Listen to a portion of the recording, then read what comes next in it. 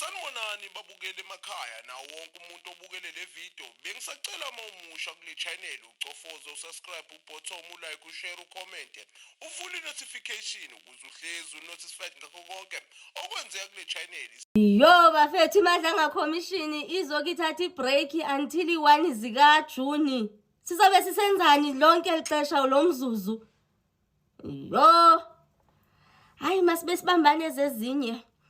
Nizawukhumbula mosi into yoba izolo uPresident Cyril Ramaphosa bekebheke eParliament so bembuza imibuzo ke pha. Hayi ke bafethu kungakudala ngefike in fact before efika pha bekegqiba kugxotha uSisi Tholashe uMinister of Social Development phansi kwezonke ke zazikandala ezezavela nje. Ngiyakhumbula mosi zonke lamanyondululo uze wabe uyamgxotha ke izolo wa appointa omnye acting yakhona ke. Hey akaqashanga uPresident Cyril Ramaphosa thini bese ngigqibezela yena uze wabe uyam-appointa uJudge Lidwaba as uJudge President waseGauteng.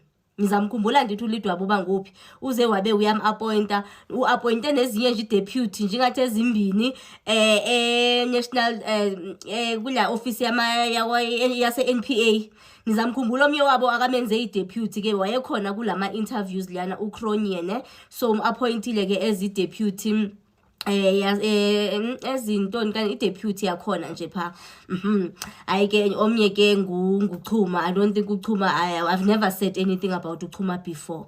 Hayi ke uthe efika nje pha wafuna uqoshelisa lo mcimbi onokwenza ke ne-Q&A yakhona. Hayibo zaphakama ezinye political party zathi kaloku president akwazi ba uthi ufika nje kufike nje ube sofuna nje ukuba siqhubeka ingathi akhonto yenzekile as if is business as usual. Kaloku wena ungulo sona la impeachment ijudge eseyinto ijudgment eseyiphumile pha uba kumele kuqalwe impeachment process so ngoku and then uSpeaker needs to put abantu base South Africa in confidence into ba ikhona into enjalo kungabi ngathi nje kuqhubeka nje ngezinye izinto phofu ke yilanto mosu president yena uthe nje yena hayi akazuhlala phansi akazuthini nje instead uzawufuna into ba maku review la report leyana so ke ngoku hayi ke phi ngiyabaza ndithi baya protectana. Hayi ke uSpeaker ezafuna ukuhlala nje apha because kona ebengayigqithisa nje umntana ebhedini nje bayikhona nje lento enje South Africans but asela okanye uzodiscussa yona ncam namhlanje. Hayi akafuna ukuyiqonda le uthi not namhlanje phi yena uSpeaker.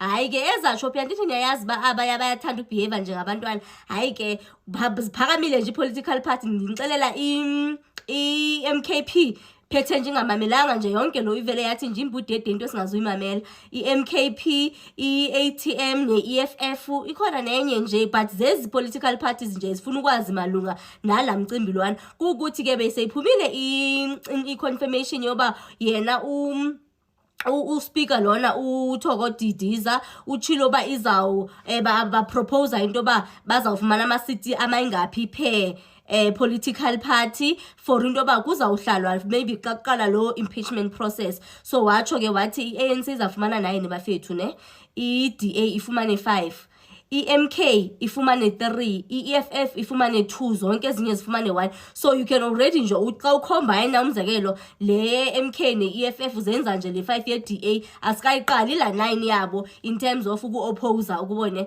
so babe khona abanye sibazi into bayihlisini yoba bazawungezelela kwelinani labo but nje bakhona nje already wazi into bayifana no PA mose baqhekezelana sonke bonke angeke nje ba oppose uPresident Cyril Ramaphosa so nje asikho nje so iba izawuthini umcimbi wakhona so sizayiva ke apha ethubeni ba ithini into yakhona sazifaka nje ivideo zakhona bafethu man so kukaninzi kona ndimamela imameleka uVuyo Zungula neOATM abafethu I think iyafuna nje into basike sisimamele esithini and remember kaloku siya kuma elections ndandinithembisile into ba ndizawuzama into ba nditsho ama manifestos ukuthi what all these political parties stand for so that xa sivote people make informed decisions so zikhona nje political parties esaziba uyabona le